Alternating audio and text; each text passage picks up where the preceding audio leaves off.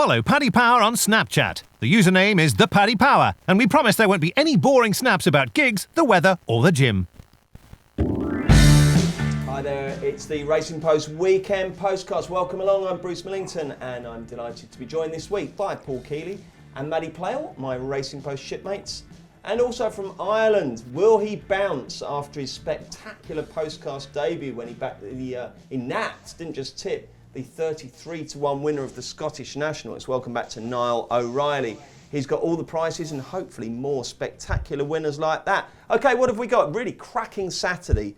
Ascot, Lingfield and Haydock, all on ITV. Something for the Jumps fans as well, as some more classic clues. And then on Sunday, we've got the classic trials over in Ireland, plus the French Guineas at Longchamp, back there after 2 years in Deauville. So plenty to get stuck into.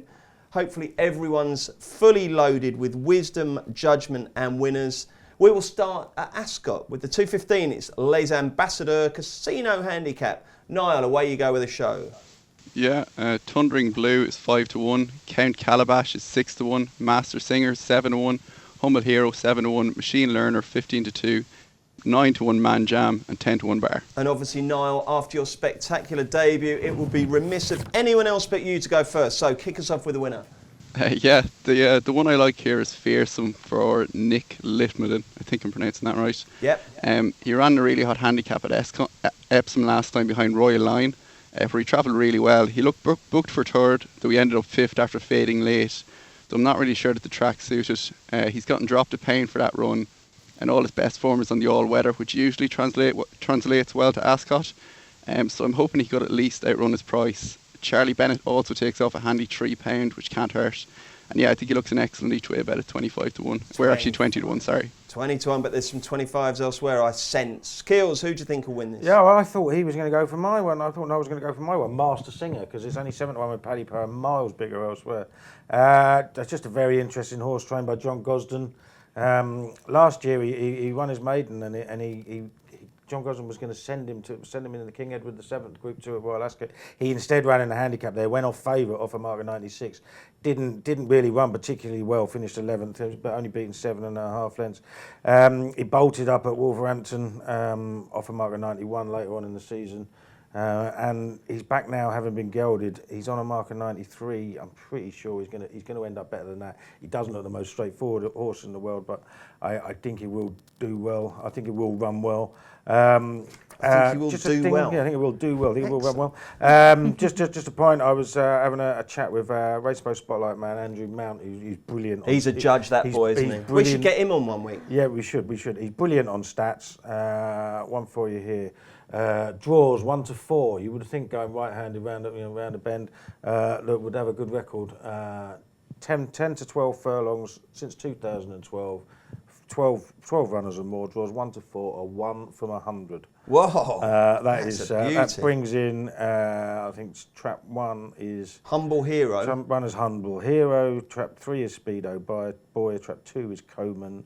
And trap 4 is Western Duke. Western Duke. There you go. So that'd be interesting. Wow, good stat. Maddie, any of those? Coman was the one I liked. He's about 12, so I think he did really well to win at Lingfield last time. I don't think that track suited him whatsoever. This track would be much better.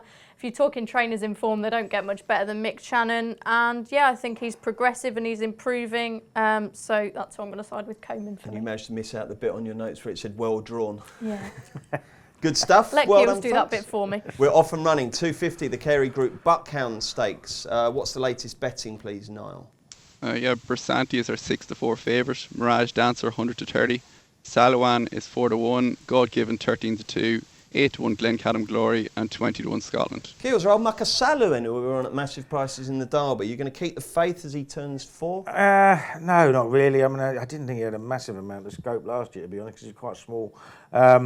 And Sylvester Kurt, you don't normally associate him with first-time out winners as well. They tend to come on for a run. The strange thing about this race is you've got a 6-4 favourite who didn't win last season. You've got a 132nd favourite who didn't win last season. And then you've got Saluan who lost his last 8. So it's a difficult race. I do think Barsanti has the best form.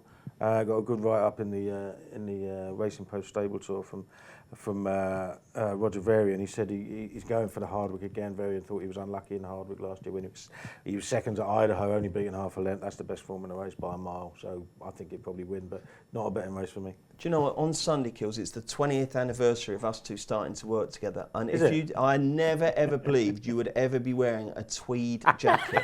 Do you think he rocks that tweed, Mads? Yeah, it's quite nice, isn't it? It's not the worst tweed I've ever seen. My wife bought that for me, and it's given this bleeding freezing in here. I'm pleased to have it on. Oh, you look very smart, I think. You're very, very smart indeed. Maddie, who wins this? Like Keels said, it's a tricky race. Barsanti's got the best form, but I do think Glencadam Glory is the wrong price. I think he's about 8-1. On ratings, he's exactly the same as Saloen and Mirage Dancer, who are a lot shorter. Last year's 3-year-olds, I think they were pretty good. He's been gelded as well. He's always been a bit of a tricky customer, so that's sure to help him.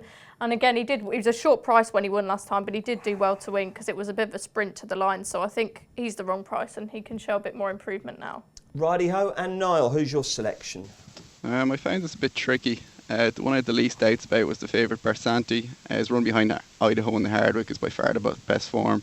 Mirage Dancer could improve, but will need to. And Sir Michael Stout hasn't had that many winners, despite the fact that his runners are running okay. I like Saloan, but I don't think he wants a mile and a half personally, so it's Barsanti for me. OK, 2 votes for the Jolly. 325, the EBF Breeders' Series Fillies Handicap. Wide open, Niall. Yeah. Urban Fox is our 100 to 30 favourite. Queen of Time 7-2. Dynamic is 7-2. Tribute Act is 7-1. Red Tea 9-1. Zest 9-1 and 10-1 bar.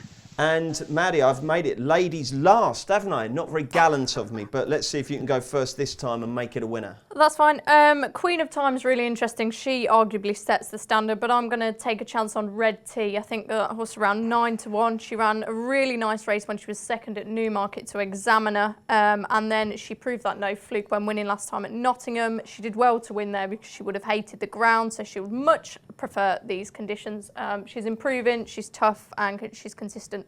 So I'm going to take a chance on her. Is Red Tea your cup of tea, Niall? No, the one I really like here of course not. The one I really like is Urban Fox, who I think could be absolutely chucked in off a mark of 97. We're obviously 100 to 30, though I've seen with some other firms they're as big as 7-1, which I think could be absolutely massive. She'll be having her first start for William Haggis, and it's surely significant she's entered in group races later in the season. I think among them is the Pretty Polly Stakes at the Curragh. She was entered in the Victoria Cup earlier in the week, which is likely a pointer. They think she's well treated. So in this type of race, I think she's going to be very hard to beat. It wouldn't shock me to see them getting properly stuck into her tomorrow if the vibes are strong, which I think they will be. And Keels. Yeah, well, echo everything that Niall said there. I mean, Urban Fox was second in the Fred Darling first time out last year. She ran a reasonably close fourth in a couple of listed races here. She was rated 104 at a peak. She's down to 97. That was all for James Tate. She went for 425,000 guineas at the sales last year. She's entered in the Duke of Cambridge and the Pretty Polly. She's running off 97. She's favourite with Paddy Power. I think she should be favourite, and she was a crazy price earlier in the week. Jolly good. And the big betting heat, the hardest race of the day, 4 o'clock, the Tote Scoop 6 Victoria Cup. 29 runners. A fairly warm 2 at the front of the field, though, isn't it? What's the latest betting, Niall? Yeah, Kaiser Sosa is our 6-1 favourite. Louis de Palma is our 7-1. Kinren 10-1. Silent Attack is 12-1. Escobar 12-1. Puvar Magique 12-1. Spanish City 12-1 and 14-1 bar. Now then, before we came on air, Maddie said to me, make sure you give me plenty of airtime today, Millington, because I'm a much better judge than that mug Keels. So, Maddie, you can go first on this one. I never said that. I just said I don't want people accusing me that I've stolen Keels' tips, because we were chatting about this race beforehand and we've both gone for the same horse. So, Pouvoir Magique, I think, is about 16-1. This horse has been in my tracker forever. Yeah, he's had 5 starts. He's not always been the most straightforward. He's been gelded now, which will help. He showed his potential when winning easily at Newcastle when he was last seen. This is a lot tougher, obviously, but he's one of the most unexposed rivals horses in the field. 7 furlongs should suit him, and I just think he's got to be better than a mark of 88. I'm really keen on him. Actually, had a bet on him yesterday, so fingers crossed Pouvoir Magique can get the business done. Keels, if you're tipping Pouvoir Magique, you've got to make a better case than that. No, I was winding her up. It's got no chance. No. I do like it. I mean, they sort of found by a roundabout way found the horse's trip really, because he won a maiden over a mile and 2 last year, and then went up to a mile and 4, got chinned at even money, just didn't stay, and then got dropped, and then won a mile handicap at Newcastle on his last start last year, and although he only won by half a length, he'd shot well clear 2 furlongs out. And again, he was paddling, so I think he does. Even if his pedigree says otherwise, he wants 7 furlong, and a stiff 7 furlong it would be. This is wide open. I actually got a text in the week from a mate who told me that Louis de Palma was working not far off Harry Angel. Now, I routinely ignore all this gossip anyway, but he has gone from 20s earlier in the week to 7 to 1. Some training feat if he wins that from first run since July 2014. It has to drift tomorrow. Cannot possibly go off that price. I can't see that many people liking him. Other ones I like are Kinrun and Kaiser Soze. They've both got very, very obvious chances. They're all drawn on the same side as well, and I think the pace is probably better over there as well on the low side. But the main tip is still going to be Pouvoir Magique, basically because he's the biggest price out of those ones I mentioned. 2 votes for Pouvoir Magique. Simon Cowell, is it 3 S's? It's not. I'm going to go for Charles Molson. He was 5th in the race last year. We got slightly hampered and was probably unlucky not to finish closer. The 3rd in that race was Zhu Feng, who won the Hunt Cup on his next start. And the 4th was Shady McCoy, who's now rated 12 pounds higher than he was that day. Charles Molson comes back here off the same mark. Now, he caught my eye earlier in the season, finishing on the bridle on his reappearance at Lingfield. And on his last start, ran over 7 furlongs at Newcastle in what was admittedly a weak race. But that was off a mark of 96, which he won off there. Like I said, he's off 92 here. I can't say that he's chucked in, but if everything falls right for him, I think he'll go very close. And he looks a decent each way bet at 16 to 1. Are you worried about being on the other side to all the ones that Keels' fancies are drawn on, Niall? I mean, with these things, you know what it's like. Everyone kind of makes their mind up that it's going to be this side or that side, and then it all goes wonky, and all the judges are left crying because the jockeys decided to go the wrong side. Yeah, I asked 3 different lads in the team this morning, and 2 of them said one and one said the other of where they think you want to be drawn, so I really haven't a clue. There's I'm no draw bias, is there? No. I don't think there's a draw bias, but there could sometimes be a pace bias. I mean, obviously you've got Masham Star on the stand side, and if he gets a sort of cretinous ride that he got last week at Goodwood. Sorry, Massam Star, is that right? If he gets the sort of cretinous ride that he got last week at Goodwood and goes too hard, then he might take them along, but you don't know. He's got a jockey that knows the horse better now. So. Okay, jolly good. Right, anything else at Ascot that isn't your nap? Mads, what have you got for us? Just keep an eye on Cutting Edge in the last. He's a half-brother to Washington, D.C. He's not been seen since a long, long time, but he's been gelded. I think he could potentially be better than a mark of 76. Keels, anything at Ascot? Yeah, there were 2 horses in the last, which is 5'10". Interestingly, one's Imagine If, ridden by Sylvester de Souza. He's 2 from 10 from the trainer with 3 seconds. And he was 3rd to Rapid Applause up at Hamilton. Rapid Applause is a horse that I think is going places as a sprinter, really improving again. But the other one in the race is Tricky Dick. He's very interesting. I like backing horses with all-weather form coming to Ascot with a much lower turf mark. Although most of his form is at Southwell, he did run to a race post rating of 85 when he ran at Newcastle last year. He runs off 72 with Conor Murtagh taking off £5. So I mean, he's effectively on a basement sort of mark for a horse that has run to a racing post rating of at least 86 on his last 5 starts. I think it could be interesting. We're going to have about an extra hour. I've just realised this afternoon because there's no DJ today, is there? We're racing through. Well, we've got plenty to go through, mate. I got a bit of grief from a couple of keyboard warriors last week for tipping so many horses, and thankfully they blocked me. I won, and I thought, right, I'm going to do it properly this time. So I've got loads to do. I actually shudder to think how much money I'm going to lose tomorrow. Good, excellent. I must say, whenever people talk about keyboard warriors and Twitch abuse, I'm so glad I'm away from all that. Right, Niall, anything at Ascot without giving away the nap? No, I'll just stick with the 4 I've talked about. Okay, let's do Lingfield next. Success ain't earned, it's bought. That's why at Paddy Power, we paid the big bucks for the best tech nerds in the world to develop our new, fastest ever app. Download the new app from the App Store or Play Store now. 18+, begambleaware.org. It's the big tough flat meeting of the year at Lingfield, featuring the Oaks and Derby Trial Stakes, and they're the first two races on the card. So we'll start with the 155, the Betfred Mobile Oaks Trial Stakes. What's the latest betting from Paddy Power, please, Niall? Flattering is our 11-8 favourite. Stream Song 7-2. Cecchini's 4-1. Lady of Shalott is 8-1. Perfect Clarity is 10-1. And it's 20-1 bar. And Maddie, that old meanie Aidan O'Brien's hogging it all again, isn't he? He's got the favourite here. Will Flattering do the business? I think so. Nothing really inspiring me much in this race. She looks the right favourite. Really impressive last time out. Still looked a little bit green, so there's probably more improvement to come. It's just really tricky. Obviously, lots of them have just raced and won, so it's hard to evaluate. But yeah, I think Flattering for me. Kills going for the Joel? No. Have to oppose. Obviously, Aidan O'Brien won this a couple of years ago with Seventh Heaven, so he has run a good horse in the race. But he had a 15-8 shot beaten last year, and he had an 8-11 shot beaten in 2016. Flattering, it looked really good, 10-length winner at Cork, but it might just be Flattering. She was actually more than 2.5 seconds slower than the handicap won by a 4-year-old rated 65 and carried £9 more. Half an hour later, so it just might be really flattering. There were some very interesting. You going for Britain's most informed trainer? Britain's most informed trainer, Rafe Beckett. It's very interesting. Cecchini is very interesting because she broke set a new juvenile track record at Kempton on a debut last year and looked good. But the one I am going to go for is Twice the Price, Lady of Shalott, for David Simcock, ridden by Jamie Spencer, who has this one ride and then goes off to Ascot to ride Kaiser Soze and a couple more.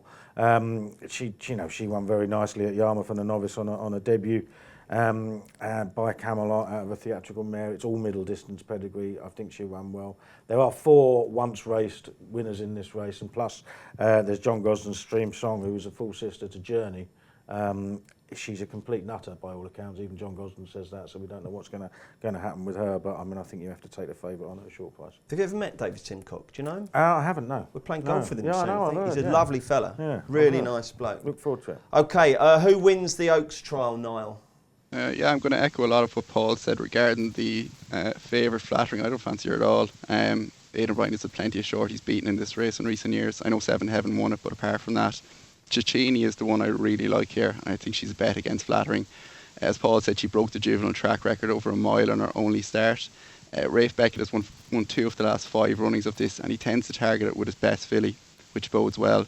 It's Cecchini for me. Do you know also, Niall, 6 of King Rafe's last 9 runners have won. He is absolutely bang in form, so that's encouraging, isn't it? 2:30, the Betfred Derby Trial Stakes. Yet another trial with an Aidan O'Brien favourite, Niall. Yeah, it's a Kew Gardens, who's 6-4 favourite. Corelli is 3-1. Night to Behold is 13-2. Trave 7-1.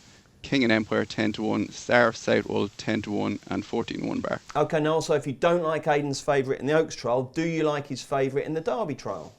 Not particularly. This has obviously got a good chance, but he doesn't look the quickest to me, Kew Gardens. And the one I'm going to take a chance on is Night to Behold for Ed Dunlop at 13-2. He's only won a maiden over a mile. I was really impressed with his attitude that day. And given his breeding, he should really improve for this trip, so he'll do each way for me. And for you, Mads? Exactly the same. Taking on Kew Gardens, not that keen on him. Night to Behold, he's really nice second in a race at Newbury behind White Mocha, who ran well in the Craven. And then he beat subsequent winner Bow Street when he won at Newmarket. Also had Al Muffrey in behind that day. He was dubbed as an outsider for the Derby at one stage. Quite keen on this Night to Behold. Have you ever been to Kew Gardens? No. Haven't you? No. You should do. Kills, have you ever been to Kew Gardens? I must have been, but I can't remember. There's a big pub on the corner, isn't there? There's beautiful, amazing hot houses, tropical plants from all around the world, rivers, statues, and all you can remember is the pub on the corner. Who wins this? Obviously, Kew Gardens is actually a slightly bigger price than Flattering, and he has got miles better form than the rest of the ones in the field. He's got a better chance on the book than she has. Your worry with this is Aidan O'Brien's run 11 horses in this race in the last decade. I think none of them have been that good, even the 4 winners. In fact, I think only one of them won above Group 3 level.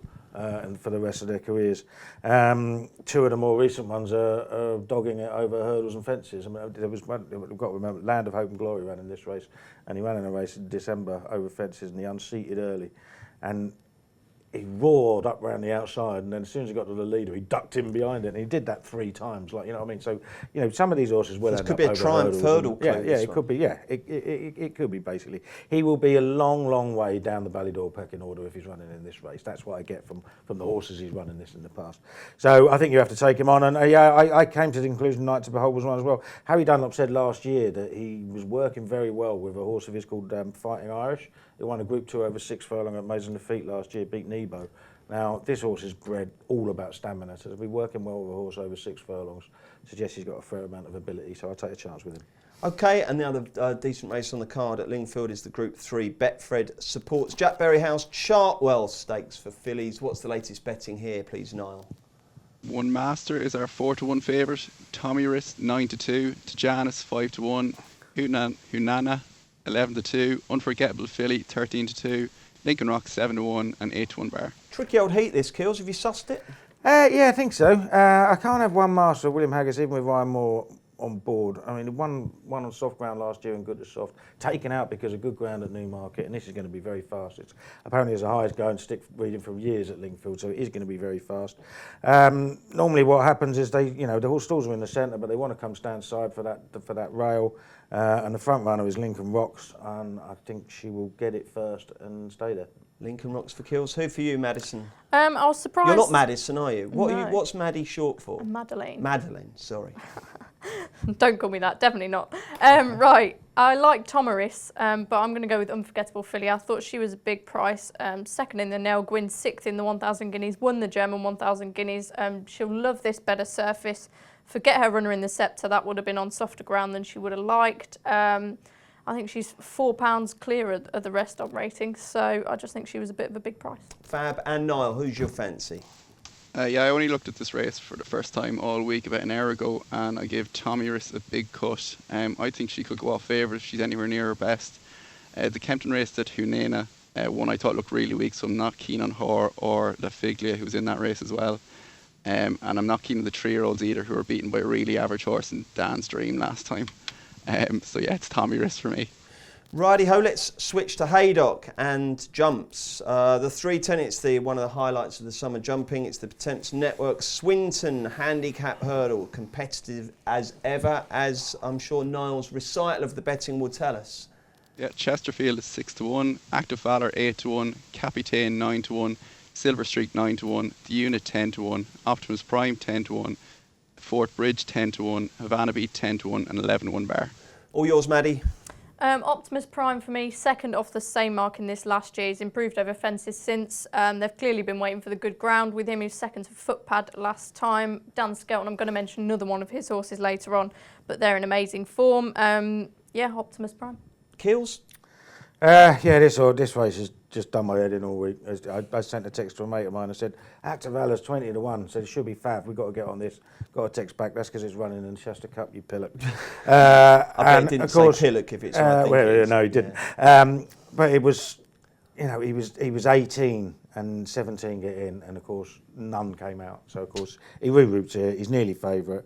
He's carrying 10 stone 1, he's got Bryony Frost taking another £3 off. He travels so well. I mean, he was all over the winner of that race on the last day of the season at Sandown last time, but that was in soft ground. He didn't get home. I think he'll go very close, but we missed all the prices now. I was going to tip him up in the weekend. I ended up tipping 2 others. Another one of Paul Nicholls is Capitaine, who is £12 low over hurdles and over fences and likes soft ground and travels well. I think he'll run well. And Evan Williams, Silver Streak's probably the one, probably still a bit of value in him now. He won very easily earlier in the season, was second in the Ladbroke. It's just been running on bad ground that he doesn't like since, and I think with good ground we'll see a better horse. It'll annoy me if Active Valor wins. I think he should be favourite. But just have a little bet on him. Yeah, well, I will do. Yeah, but I mean, I've already backed a couple. So, but Silver Streak, I'll have a few quid each way on him. Okay, and who are you going to back, Niall? Yeah, I really like Silver Streak here. As Paul said, he's been running on bad ground for most of the year, and I've actually always had this race in mind for him, given the way the ground normally is at this time of year. Evan Williams has won 3 of the last 5 runnings of the race, all with similar types who are ex-flat horses. He's off just £2 higher than he was when he ran in the Ladbroke, where I think he just ran into one on ground softer than ideal. I think this track suits speedy types, which he is.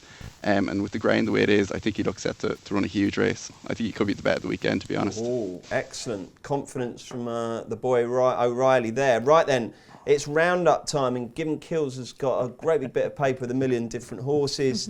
Kills, I guess, with all those horses, it's the names than the races rather than the reasoning, although obviously we do want you to flesh them out a little bit. But away you go. I go quick anyway. Go on, DJ. Right with me, Haydock. There's two. Wait for Me is obviously a good ground horse. I've just been waiting for him to run 3 mile good ground. He should have won the Swinton a few years ago, actually, but he pulled too hard, but he's settled now. I will save on Enniscoffy Oscar because I think he,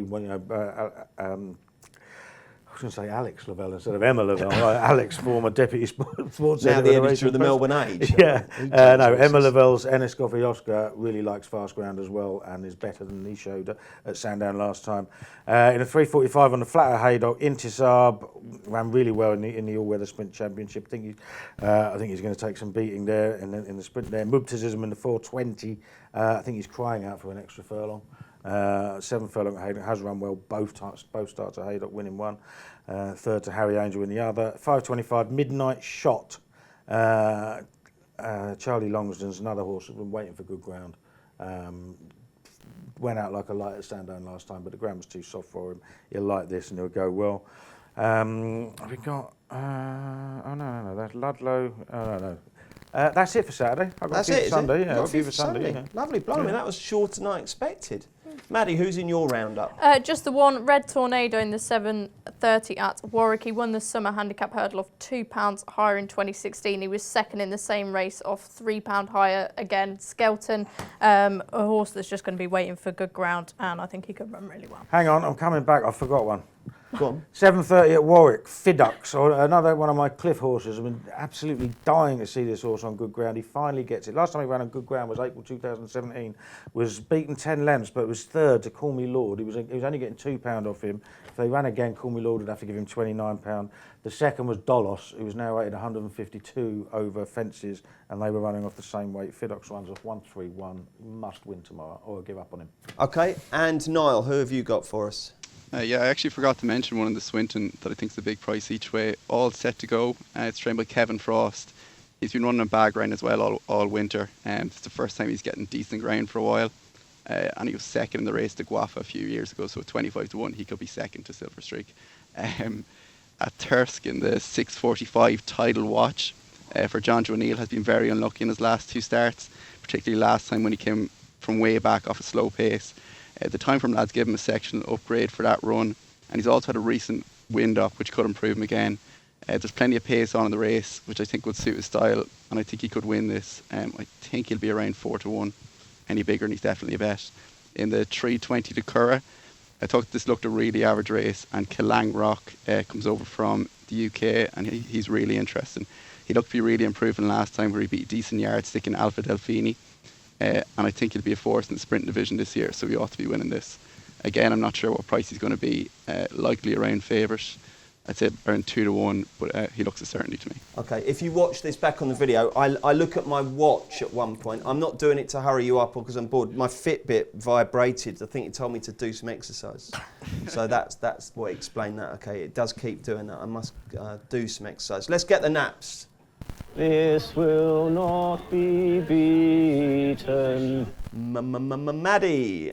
I really, really like Night to Behold, but I'm going to go with Pouvoir Magique. In the Victoria Cup. Which is when? 4 o'clock Come at on, Ascot. you host these things. 4 Don't you o'clock nag at them when they Ascot. don't come up with these things. Keels. 3:25 Urban Fox at Ascot. And Niall, after your 33-1 nap last time, it's a hard act to follow. Who's it going to be? 3:10 Haydock, Silver Streak. Lovely stuff. Let's do Sunday next. Check out Paddy's Rewards Club. Simply place 5 bets of £10 or more across any sport in a week, and you'll get a free £10 bet then next week. T&Cs apply. 18+. BeGambleAware.org. Hi there, welcome back to the Weekend Postcast. It's Bruce Millington, Maddie Plale, Paul Keeley and Paddy Powers, Niall O'Reilly. We've got some really good stuff to get stuck into for Sunday. Leopardstown have got the Classic Trials. There's the Guineas at Longchamp, and Kills has got loads of other horses for us. They're racing at Killarney, Ludlow, Plumpton and Southwell. So let's kick off with Leopardstown first, the 2:35, the Amethyst Stakes. Niall O'Reilly, who wins this? To be honest, I don't really have a strong opinion on this race. I couldn't figure it out at all. Will I move on to the 310 for myself, or will I let someone else have a go at this? We'll see if Kills can crack the amethyst. Kills, what colour is an amethyst? Do you know? Absolutely no idea. No? Wouldn't have the It's got to be blue, hasn't it? Nope, it's purple. Oh. There you go. Who wins it, Kills? Well, I think Tribal Beat or True Valour are the ones to beat. The old boys, Gordon O'Boyer and Byron and Brendan Bracken, both want soft ground. I quite like Tribal Beat if he's at his best first time up. He only managed one run last year, but even though he finished 5th for 6, it wasn't that bad against Custom Cut. He wasn't beaten far. Hopefully he'll have a full season this year. Okay, Maddie? Yeah, tough race. I'm with Niall, really. Nothing strong jumping out at me, but True Valerie's got to overcome a bit of an absence, but he was second to Sudois over this course and distance last season, 8th in the Jersey as well. So if he's fully wound up, back from a break, he should be the one to side with. Okay, let's see if we can get some more classic clues for the other 2 races at Leopardstown. We're going to look at the 310s, Derrinstown Stud even, 1,000 guineas trial. And Niall, do you fancy anything here? Yeah, I actually really like one here. Algebra, it's trained by Kevin Prendergast. Now, it's probably foolish to oppose Aidan O'Brien in these races, but I've been following this horse since last season. She ran a massive race on debut behind a horse called Contingent, with both miles clear for good field. She reappeared at Dundalk, where she was very workmanlike when winning a maiden, but she's a half-sister to Autad, who came into his own as a 3-year-old, which bodes well. I think she'll give Magical something to think about. I'd say she'd be a big price, probably 16-1. Wow. So. Excellent. Love that. Maddie? Yeah, I looked at Algebra. Wouldn't expect it to be 16-1. That would be a big price. Again, you mentioned she is a half-sister to Autad. You've got some really nicely bred types in here. Chiara Luna is out of Princess Highway, the good horse for Dermot Weld. The one I looked at was Mary Tudor. She won the Southspill Stakes really, really easily last time. She's dropping back in trip, but she did run well in good company last year. So again, it's just more of an each-way shot. Okay, Kill's got one for us? Yeah, well, you'd think Magical, because her 2-year-old form is so much better than these, you'd think she might be quite short, but Aidan O'Brien tried her in Blinkers first time this season and she could finish 4th. And now he's putting cheek pieces on, so he's obviously concerned she's not putting it all in. I thought Harvest for the World got a really nice talk up by Fozzie Stack after winning on its return, and they brought Jamie Spencer over to ride. I would take a chance on that, but I certainly wouldn't be having too much on. Okay, and the 340 is the Derrinstown Stud Derby trial. Niall, away you go. You go first. Again, I'm going to oppose the O'Brien horses here and put up the King, who's trained by Jessica Harrington. Again, he's only won a maiden on his second start. He absolutely hammered Imaging, who has given the form a strong look since. If he's improved since, then I think he could have a massive chance here, and he'd be the each-way bet against the market principles for me. Just think of all those silly names racehorses get. If people knew that the King was available, you'd just call it, wouldn't you? It's a fantastic name. Will the King reign supreme here, Maddie, do you think? I think so, yeah. I'm a real big fan of Imaging, and obviously he beat him pretty easily when we last saw him. I would say on the O'Brien horses, jockey bookings suggest that they think the Pentagon will reverse the Ballysax form with Nelson, but I wouldn't. I'd just stick with Nelson. He beat him and Delano Roosevelt last time. I think he can do again, but from a punting perspective, it's the King for me as well. And who for you, Keels? Yeah, I think I'd stick with Nelson, to be honest. I remember it's the same jockey on Nelson as before, with Shamie Heffernan now going to the Pentagon. Ryan Moore was on that when they were first, second and third last time. But I think Nelson he did everything right, and it is probably the one to beat. I wouldn't mind betting the Pentagon go off favourite, even though he's been beaten a long way. Obviously the ground is very different. He was very much talked up early on in the season. We'll have to wait and see, but it's not really a betting race for me, but I'd stick with Nelson. Niall, what's the latest on the Derby at this stage? Saxon Warriors are 10-11 favourite. Nelson's the second favourite at 12-1. And obviously the mover during the week was Young Rascal. He was 66-1 a couple of weeks ago. He's into 12 now. Are you going to oppose the Fav at this stage, Niall, or do you think he's an absolute certainty? I think he'll definitely win. If I was going to back something each way, it'd be Young Rascal. He looks certain to line up. Whereas the likes of Alarcam might go to France. Young Rascal, I think he's owned by Investec, who's sponsored the Derby, or the guy who owns Investec. So if I was going to back something each way, it'd be him. You need to get a without Saxon Warrior market up pronto. That would be a very competitive heat, wouldn't it? Maddie, how are you seeing the Derby at this stage? Yeah, again, shame, just echo exactly what Niall said. I backed Young Rascal before he won the Vars, thanks to good colleague what price? John Cobb, 66s. No way. Yeah, got to thank John Cobb for that. Give him a shout out because he he put me onto the horse. I really liked him. He did loads wrong when he was winning that Vase. I think he got stopped 2 or 3 times. Still won pretty cosily in the end. I think he'll handle Epsom. Bernard Cantor owns him, as you've said, to do with Investec. So you're sure he's going to run. I think you can get about 12 to 1 about him now. Don't think it'd be 12 to 1 on the day. Obviously, Saxon Warrior is the one they've got to beat. But from a price perspective, Young Rascal, I don't think it'd be 12 to 1 on the day. And Keels? Yeah, Cobby told me about Young Rascal last week. Never had a bean on though. I never had a bean on. I'm getting slightly perturbed. No, we told you don't even work in the office. Well, I went for a drink with him last week, and he said, "I've just had a little few quid on each way. You want to have a look at it?" And I went, "Yeah, all right." And then I drank another pint and forgot all about it, as I normally do. I think he's got a serious each way chart. I love the way he travelled, love the way he quickened. Obviously, I think Saxon Warrior win might be a bit special. On pedigree, he's got to be better at a mile and a half than he is at a mile, and he's already bloody good at a mile.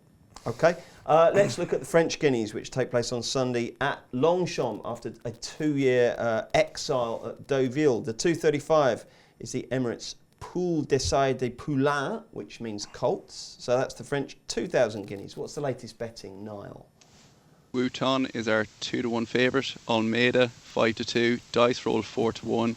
US Navy Flag is 10 to 1, Hageman 12 to 1 and 14 to 1 bar. I wish I could get a little bit more excited about these races. Perhaps, Maddie, you can give me a horse that's going to get me engaged. Go on, what have we got? A horse, a race in particular. I mean, I think this is between the 2 that ran in the Prix de Fontainebleau. Olmedo, who was just narrowly denied by Wooten. Wooten had the run of the race that day, and by all accounts, Olmedo, he's the bigger price, as Niall just said, but I think he could improve past him. They had Rostropovich in 4th that day, who's obviously gone on to win the D Stakes. As I say, I think that race is key. It'll be one of those 2 that win, in my opinion, and at the prices, it's got to be Almejo. Keels? I just find it interesting that they're running US Navy Flag here. Obviously, he got beaten out of sight on heavy ground at Leopardstown last time, but anyone with half a brain knew that he wouldn't like that surface. He won the Middle Park last year. He won the Dewhurst last year. He's probably got the best 2-year-old form. And with decent ground, I would give him a shot against the French. No idea how good they are, but when 2 horses finish neck and neck, you think to yourself they can't be superstars. Niall, who are you going to back? Wooten would be sub 2 to 1, so I'd probably back that if 2 to 1 or bigger. Wouldn't have a strong opinion though. Okay, and how are we betting on the Poule d'Essai des Pouliches, the French 1,000 guineas? Yeah, Holly Dream is our 7 to 2 favourite. Barca is 11 to 2. Moussis Amica is 11 to 2. Cura de Butte is 7 to 1. Could It Be Love 10 to 1 and 14 to 1 bar. And we'll stick with you, Niall, for the selection. Yeah, I'm actually interested in one here called T-Pal. We're 14 to 1. It's trained by David Simcock. I thought it was interesting he's bringing it over because I was half interested in him for the English 1,000 guineas. Interested in her, sorry. So she must have a decent chance here. She's hacked up in a maiden and novice race, barely coming off the bridle at Kempton last time. So she could be pretty decent. I'm willing to take a chance on her. I've seen 25 to 1 around there, so I definitely back that. There's a couple of little nods going on there, were there? Are you in agreement there, Kills? Or No, I was just looking up and down, really. Nodding off. Yeah, more like I can't say I've got a massive opinion on this. I'd like to see Althea win for Cole Burke, but only because I backed her when she won a nursery last year. Nursery form could be quite important, though, because Bilsden Brook won a nursery last year as well. Okay, and Maddie, have you got the winner? Exactly the same. Althea at a big price. They are due to get some rain, which will really suit her. Her best form comes on soft ground. Carl Burke does really well in France, won the Papin and the Morny last year, with unfortunately in the pre-CG with Quiet Reflection. Althea, she finished off last year 5th in the Fillies Mile. That's not bad form. So if they get the rain, she could run well at a big price. Okay, anything else on Sunday, Maddie? Not so much a tip, but Stormy Island runs in the 220 at Killarney. It'd be really nice to see her winning. She's had a bit of a mishap this year, not done that well. And where is my other one? And a horse that won at Cheltenham as well. Again, I'm not sure what price he'll be. The 255, To Be Lucky. He looked like he could be really smart, and he runs in the handicap herd. Keels? I got a couple of Ludlow. We'll start with one of my old cliff horses, Mad Jack Mitten, who just should have won miles more races than he does. But he needs a strong pace and fast ground, and he hasn't had that for a while, and he'll get that. He'll get that now. He's dropped really down low. I think he's had a wind up. You've got to have a big chance with John Joe. Bertie Mont in the 410, another horse that's dropped way down the weights with Dan Skelton. 18 of Dan Skelton's 25 runners in the new season have finished in the first 2. He was just in incredible form. So I give him a chance. He ought to be a fair price. At Plumpton, the old grey Flugzug has dropped down to a winnable mark now and ran well, went third last time. And in the 225 at Sorrel, there's a horse of Tom George's called Manila For Me, who travels like a dream and never finds anything. And if anything's been crying out for a wind operation, it's this one. It returns to the track after a wind op. And if it doesn't win the 225 at Sorrel tomorrow, I will give up on him. It's on Sunday. Sunday. How come you had such a big Sunday study up? You don't normally. I was working through the night last night, so I had plenty of time. Oh, good man. Niall, have you got anything else for us on Sunday? Yeah, just in the 205 Leopardstown, Bucky Larson, trained by Ger Lyons. He was second to Algebra on debut at Dundalk. Now, I'm not sure what happened next time because he was disappointing, but if he can get back to that first run, I think he'd have a massive chance of winning that race. Do a bit of franking for Algebra later in the afternoon, eh? What are the weekend plans, Niall? Are you grafting or have you got a bit of leisure time? No, I'm working all weekend. I've had a decent bet on the Eurovision, so I'm ashamed to say I'll probably... I'm on Israel at a bad price, basically, but I'm hoping they do the business still. All right. Someone told me to back France, so I'm on France in Eurovision. Kills, you had a good study up in Eurovision? No, mate. Long time since I paid any interest in that. Are you hosting a Eurovision party this year? Definitely not. What are you going to be doing? Saturday. I've actually got no plans the weekend. Be some punting and some drinking, I suppose. The publicans of North Surrey will be pleased to hear that, no doubt. And Maddie, what have you got on? First and foremost, I've never got Eurovision, never even watched it once. I don't blame you. Don't get it. No, I just, what is it? I don't get it. Weekend plans, working in the office on Saturday, and then Sunday I'm off, so we'll just see where life takes me. Good. Okay. Well done, folks. Thank you very much indeed. Thank you very much for watching or listening. Don't forget, if you enjoy the podcast, do please rate, review and subscribe on iTunes. We're back on Monday. Is that you in the chair Monday, Mads? Should be, yeah. Okay, looking back at the weekend and obviously looking ahead to York as well. So join Maddie and the gang for that. Don't forget, we'll be back next Friday for more weekend tipping. Follow Paddy Power on Snapchat. The username is ThePaddyPower, and we promise there won't be any boring snaps about gigs, the weather or the gym.